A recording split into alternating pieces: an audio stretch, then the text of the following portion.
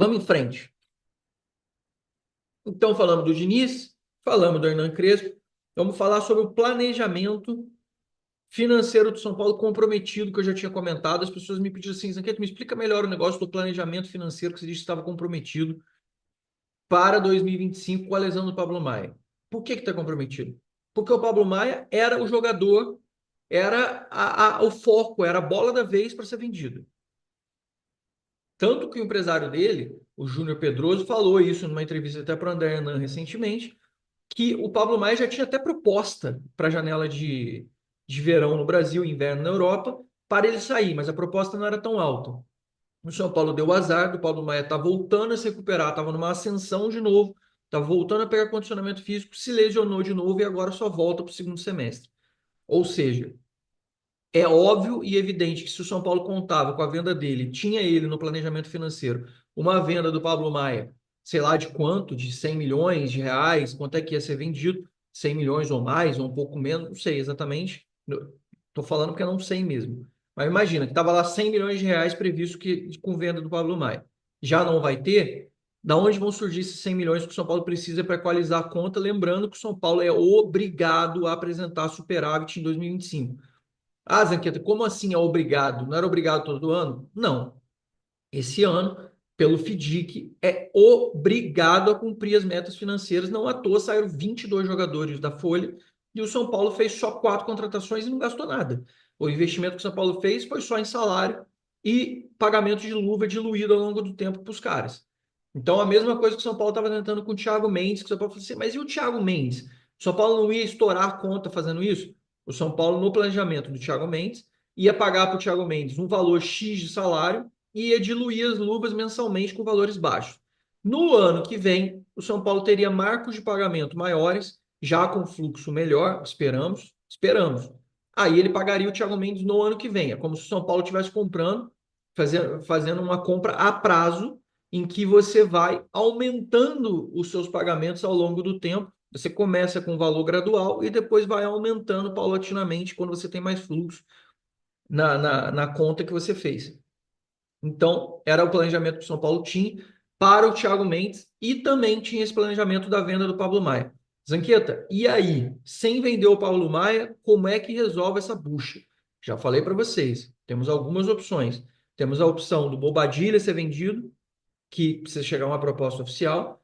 Temos a opção do Ferrarese ser vendido, que precisa chegar uma proposta oficial. Tem sondagens para o André Silva, que é um achismo meu. Eu acho que o São Paulo vai acabar vendendo o André Silva na janela do meio do ano, porque ele tem assédio europeu em cima dele. Por quê? Porque ele já jogou, já contei para vocês, porque ele jogava no Vitória de Guimarães, ele já tem uma bagagem europeia, ele é um jogador de porte físico bom, ele faz mais de uma função de ataque, como ele jogou em Portugal há alguns anos, os europeus já entendem que ele sabe como funciona a cultura, sabem que ele sabe conviver com o inverno rigoroso, com outra cultura. Ah, mas é a mesma língua. Não, não tem nada a ver.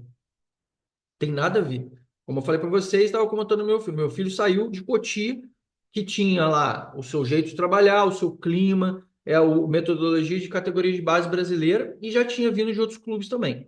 E a gente tem amigos no segmento. Chegou em Portugal, é outra coisa. Não tem nada a ver com o tipo de trabalho que se faz no Brasil. Então, isso muda. Ah, mas isso é categoria de base. O profissional, mais ainda. Tem toda uma questão cultural, mudança, adaptação, família, distância dos amigos, clima, tudo isso influencia. Você não tem aquele acolhimento familiar, você não tem aquela coisa dos amigos, a forma como você mora, como você reside, como você convive com o seu entorno muda tudo. Então, eles entendem que o André Silva é um jogador que já tem essa bagagem, já tem essa adaptação, então ele se valoriza muito. Apesar dele não ser um garotinho, apesar dele não ser novão, ele tem essa característica, então é um jogador que está valorizado. Pode ser, por isso que eu volto a falar, é uma percepção minha. A informação ele tem consultas. A percepção que eu tenho ele deve ser negociado no lugar do Maia, porque para mim é o jogador que mais está reluzindo neste momento e que já tem essa experiência de Europa. Mas pode ser que algum outro jogador exploda, que algum outro jogador apareça. E tem aquilo que a gente teme que aconteça, que eu espero que não seja. que é algum dos meninos, um deles acabar sendo vendido por um preço menor, como foi o William Gomes, para poder cobrir esse rombo da não venda do Paulo Maia. Eu estou torcendo para que isso não ocorra e para que isso não aconteça. Tem outra forma disso não acontecer, Zanqueta? Na janela do meio do ano a gente não ter que vender alguém? Acho muito difícil que na janela do meio do ano, a gente não venda ninguém. A questão é quem, em que situação e por que preço. Tem algum outro jeito, Zanqueto, para isso não acontecer? Cara, tem. Tem o outro assunto que eu ia falar para vocês, que é o São Paulo conseguir fechar a parceria do Marinax nesse meio tempo rapidamente e o São Paulo conseguir pegar uma parte desse aporte financeiro que ele vai destinar para isso e o São Paulo usar isso para cobrir essa não venda de algum jogador. Mas isso também significa que usar uma parte desse dinheiro para cobrir a não venda do jogador significa não investir de novo no time. Então, tudo tem uma nuance. Se você usa esse dinheiro para isso, você não reforça o time. Se você vende ele, você vai vender ele. Pô, mas daí eu vendo ele, vou ter que contratar outro. Tá bom, mas você tem o Rian no banco ali pedindo passagem. Você tem outros meninos que o São Paulo contratou de Cotia. Pô, mas aí o time se enfraquece. Não dá para contar com eles para Libertadores. Meu amigo, você não vai ter tudo. Ou você vai.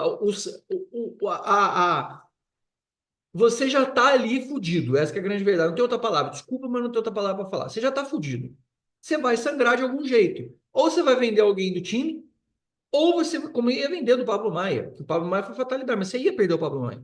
Ou você vai vender alguém do time, que é importante, ou você vai deixar de investir no time de novo, vai continuar empurrando do jeito que a gente está, contratando jogadores como a gente fez nessa janela de janeiro agora, com muito sofrimento, não pode investir muito, tem que ficar nesse marasmo, a mesma coisa do Thiago Mendes que eu vou contar para vocês se teve novidade.